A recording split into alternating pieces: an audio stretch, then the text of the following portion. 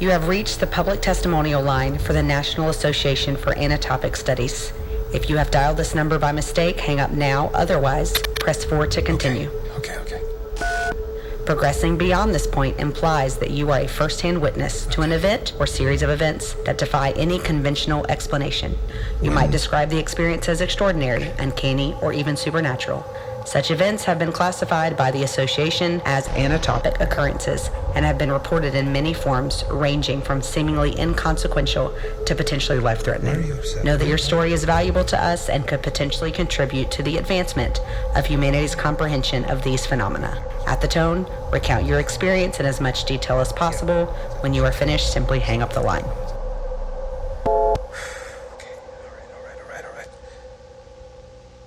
When I was about 10 years old, I started having night terrors, or sleep terrors, depending on which doctor we were talking to at the time.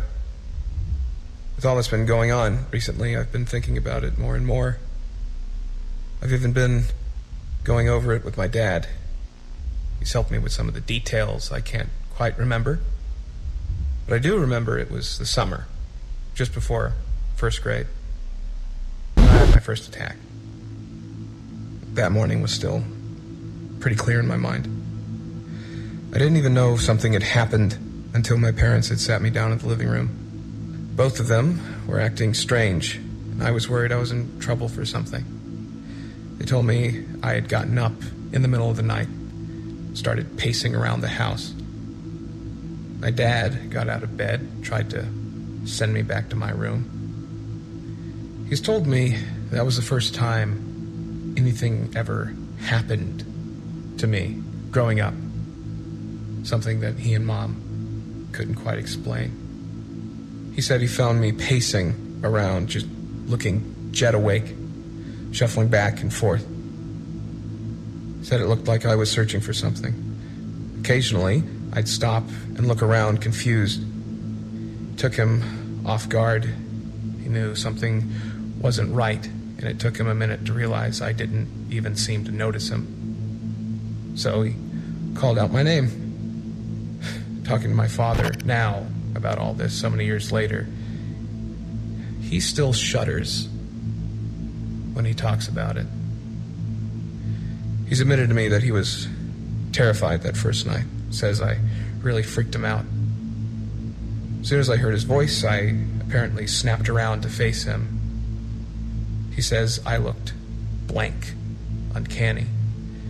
He asked me what I was doing and had to ask a few times before he could get an answer. And the only thing I would say was, "Mom's calling." And then I'd go back to walking around. After trying and failing to get me to go back to bed, he knelt down and grabbed my arm. He says I screamed like an animal in a trap. And the longer he had his hands on me, the worse it got.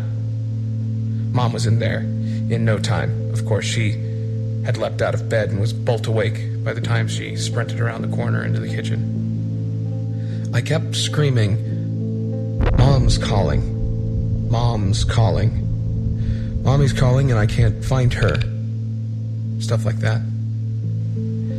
She was in tears trying to calm me down, but I couldn't snap out of it. Eventually, it just devolved into me thrashing on the floor like I was trying to fight them off. I was just crying, wailing. And then it was just sobbing. That's when I seemed to come out of it. I was responding as best I could, but I was upset, trying to talk through the sobs. They could never get me to tell them what had upset me so much in the first place. After a while, they just put me back into bed. I fell right on back to sleep. The next day was stressful as hell. I remember pleading with them, trying to make them believe that I couldn't remember any of it. Of course, they believed me, trying time and time again to convince me I wasn't in trouble. Neither of them went to work that day. Mom took me to our pediatrician to try and figure out what had happened. The doc told us that I'd had a night terror. Said kids get them any time and they're not dangerous. I think the casual way he diagnosed me pissed my mom off. I remember her huffing and puffing as we left the doctor's office. He had told her to keep an eye on me. It might happen again. But it could be the next day, or it could be months from now, if ever. Not dangerous. Of course, I might have been relieved to hear it, but I wasn't the one who had to remember those nights. I never could recall any of the events after they happened, and I had had plenty more that summer. My parents just had to watch for the most part. I imagine that was tough. But the next morning I'd feel just fine until I realized something had happened. Dad says it never felt right. He had friends with kids at the time, and a few of those had had trouble with night terrors. From what he heard, it sounded like the events were always violent from start to finish. Kids screaming or moaning, terrified by something they couldn't articulate. Those stories, it was always the crying that woke the parents up. Apparently, that just wasn't ever the case with me. If they woke up at all, it was the sound of me shuffling through the house. And I never screamed unless one of them confronted me or tried to touch me. And always I'd respond to every question with, "Mom's calling." Dad says one time he just sat there and watched me, trying to see what I might do if I wasn't interrupted. He said eventually I would make my way to the living room near the front of the house and just stand there in the middle, staring off through the big front windows. Sometimes I'd shift around like I was about to do something, but then I'd settle back like I was struggling with something, trying to make up my mind. Sometimes I'd just turn, give him a confused look, and unprompted say, "Mom's calling." Eventually he got up, asked me if I wanted to go back to bed. I just laid down and started screaming again.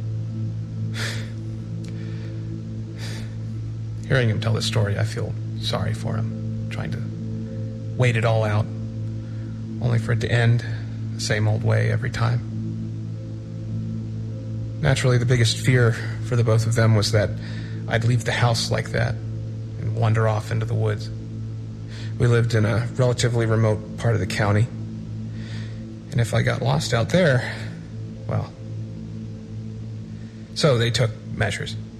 Put padlocks on the doors, strung up little alarm traps that would wake them up if I left my room, and got the opinion of just about every doctor they could send me to. They all said the same thing: the attacks aren't inherently dangerous. And my parents were already doing the best they could to ensure I didn't hurt myself. I got prescribed some sleeping pills that were supposed to decrease sleep occurrences, and, it all seemed to work. In fact, from the first night they put up the alarms, I stopped having attacks entirely. A few months passed, and the first day of school came and went, all without a single attack. They figured whatever it was had passed. So after a while, they let their guard down. They took the padlocks off the doors, stopped putting up the traps. It was all supposed to go back to normal again. That very first normal night, it happened again. And this time, I remembered. Now I still can't forget it, no matter how hard I try. I woke up in pitch black, and it was humid. I knew immediately that I was outside. I hated the woods. I hated the noises I'd hear when I was playing in the yard. I hated the stillness of it all. I hated how close they were all the time, hanging over my home, casting shadows. And there I was, lost and alone in the woods at night. That's when I heard my mom. She was only a short distance off, right in front of me, but it was too dark. I couldn't see her, but I could hear her. "Honey," she said. "Where are you, honey?" She sounded so choked up and worried, and I immediately burst into tears. "I'm right here," I cried. "I can't see you." She responded so quick, nearly cutting me off before I could get the words out of my mouth, only to repeat them back to me. "I can't see you." Her voice was different, less worried, somehow lifeless. Every hair on me must have stood on end. There was something in the air, in the grass, in the sound of her voice. Everything started to feel wrong. And then I saw light. Some trees, some distance away from me, a dim light from behind me was shining on them. I turned around and saw the driveway light of my house, shining between the tree trunks. I wasn't far into the woods. Then I heard something that made my stomach drop. I heard my mother, distant, echoey. She was there at the house, screaming like a madwoman, calling for me from so far away. I turned back into the darkness. The light didn't fall on the ground in front of me. It was still just shadow. And I remember feeling like my heart was about to pop. I still feel it now. Just remembering. "Mom?" I said. There wasn't an answer, only the rustling of leaves and a rushing of soft footfalls. I ran as fast as I had ever run in my life, tripping over roots, ripping through briar bushes, just scrambling for that light, sprinting to find my mother, my real mother, who was up there at the top of the driveway. I couldn't hear the steps behind me anymore, but I never let myself look back. I finally broke through the tree line, only to hear my mother screaming like I had never heard her scream. She was swearing and talking so fast and crazily that I couldn't understand what she was saying. All I could make out was her cursing at me. Then I realized she wasn't cursing at me. She came sprinting towards me down the hill, begging me to keep running, not to look back. I was weeping and wheezing, but I could just barely feel the warm breath brushing against the back of my neck. My mom scooped up a rock, hurled it right over my head. I heard it crack into something just over my shoulder. I slammed into her and we just crumbled onto the grass, clutching each other, weeping.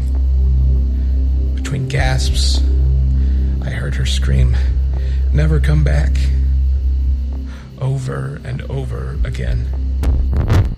And I heard something crashing back through the brush into the woods behind me. I heard limbs snapping, trees creaking, and something like a laugh, shrill, ragged, echo.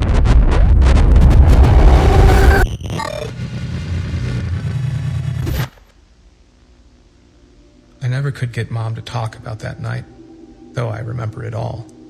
It still feels like a dream. However scared I was that night, it had to be a nightmare for her. She must have seen that thing, whatever it was. We moved shortly after that. For the longest time, we thought that was enough. We could just leave the strangeness there. For a time, I think we were right.